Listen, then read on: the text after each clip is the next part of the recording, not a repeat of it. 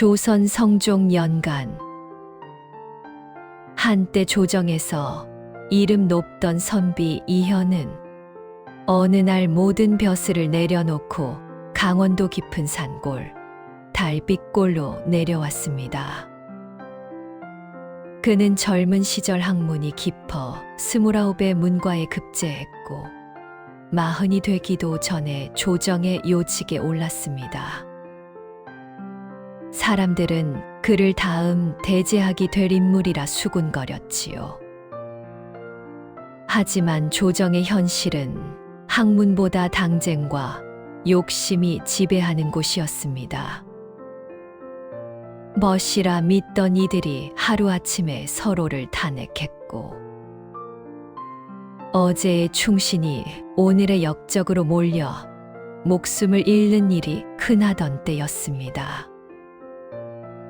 어느 겨울 이현이 아끼던 친구 한 명이 모함을 받아 옥사에서 죽는 일이 발생했습니다.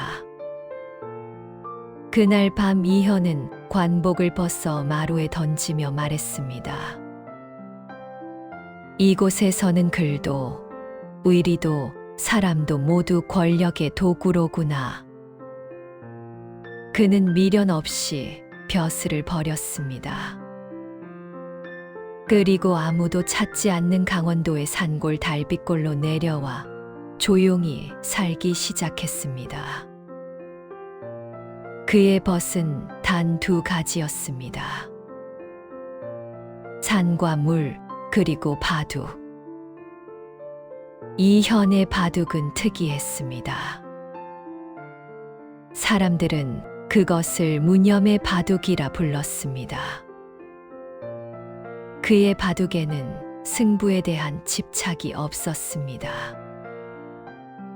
돌을 놓을 때마다 그는 늘 이렇게 말했습니다. 돌은 이기려고 놓는 것이 아니라 흐름을 따라 놓는 것일 뿐. 그래서인지 그의 바둑은 묘하게 깊어 마을의 장기 고수들이 와도 번번이 길을 잃고 돌아갔습니다. 그러던 어느 해 경칩 전날 밤이었습니다. 겨울잠에서 깬 개구리가 울어야 할 시기였지만 달빛골은 이상하리만큼 고요했습니다. 달빛은 희미했고 산에는 보랏빛 안개가 천천히 내려오고 있었습니다. 그 안개는 마치 살아있는 것처럼 서당 마당을 넘어 마루까지 스며들었습니다. 바로 그때 살인문을 여는 소리도 없이 방 안에 한 여인이 서 있었습니다. 하얀 소복을 입은 여인이었습니다. 긴 머리는 밤처럼 검었고 얼굴은 눈처럼 창백했습니다. 하지만 눈동자만은 이상하게 빛났더랬습니다. 등불처럼 노란 빛이 어둠 속에서 흔들리고 있었습니다. 여인은 조용히 말했습니다. 선생님 소첩의 비루한 바둑 한 수를 보아주시겠습니까? 목소리는 맑았지만 어딘가 사람의 것이 아닌 서늘한 기운이 묻어 있었습니다. 이현은 잠시 그녀를 바라보았습니다. 그리고 곧 알았습니다. 사람이 아니군. 하지만 그는 놀라지 않았습니다. 그저 책을 덮고 조용히 바둑판을 펼쳤습니다. 그 여인의 이름은 금희였습니다. 그녀는 평범한 요괴가 아니었습니다.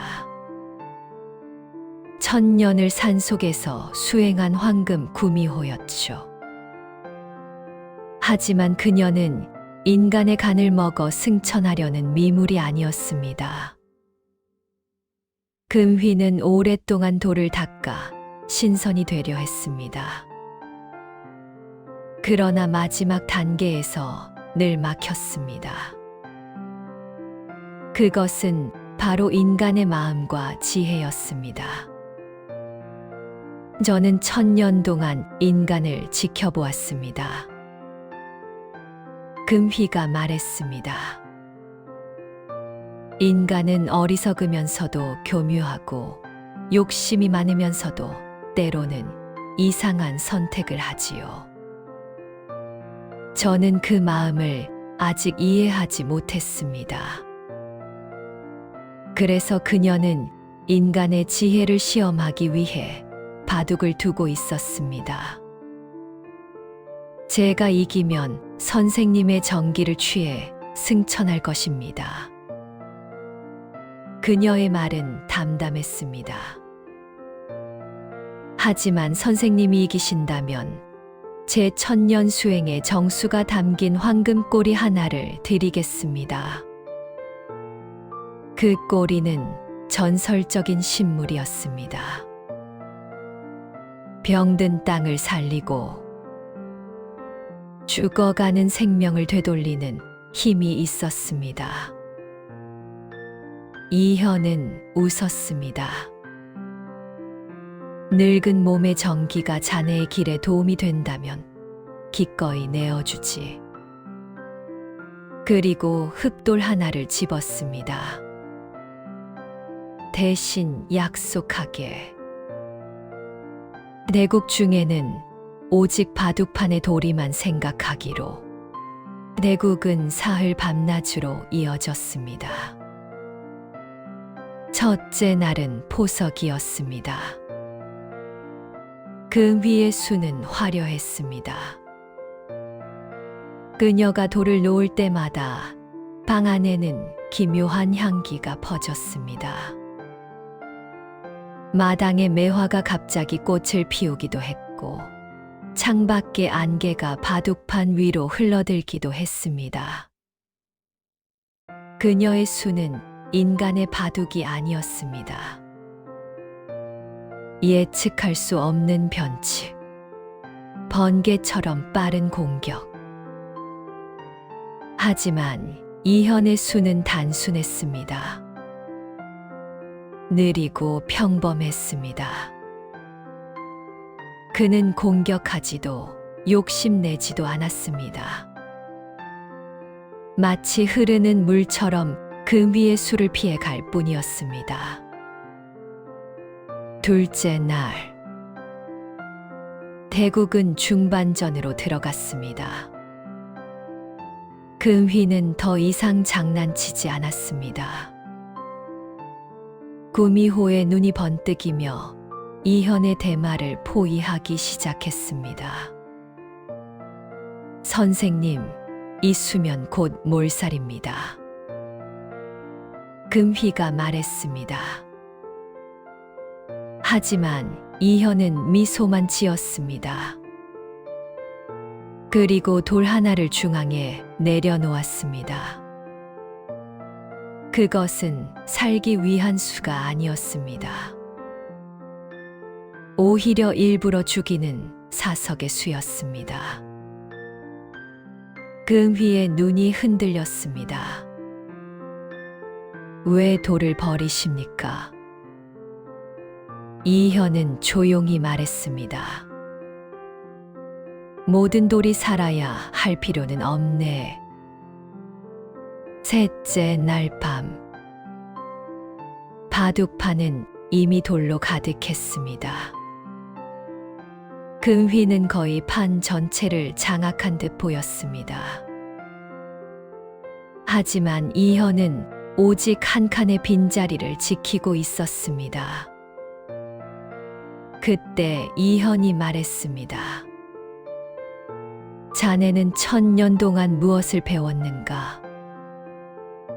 금휘는 대답하지 못했습니다. 모든 것을 가지려 하면 결국 아무것도 가질 수 없네. 마지막 한 수가 놓였습니다. 순간 금휘의 얼굴이 굳었습니다. 그녀의 돌들이 서로 숨구멍을 막아버린 것이었습니다. 그녀는 판을 가득 차지했지만 정작 살아있는 돌이 없었습니다. 금휘의 손에서 마지막 돌이 떨어졌습니다. 제가 졌습니다. 순간 여인의 모습이 사라졌습니다. 방 안에는 거대한 황금 구미호가 엎드려 있었습니다. 9개의 꼬리 중 하나가 빛나며 떨어졌습니다. 황금빛 깃털처럼 변한 꼬리였습니다. 약속대로 드리겠습니다. 금휘는 고개를 숙였습니다. 하지만 왜 저를 이기려 하지 않으셨습니까? 이현은 웃었습니다.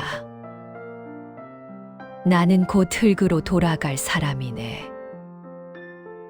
그리고 말했습니다.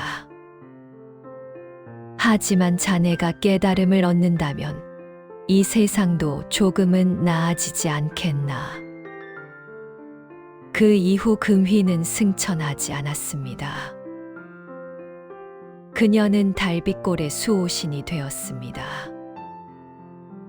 세월이 흐른 뒤 이현이 세상을 떠나던 날, 상여가 산길을 지나갈 때였습니다.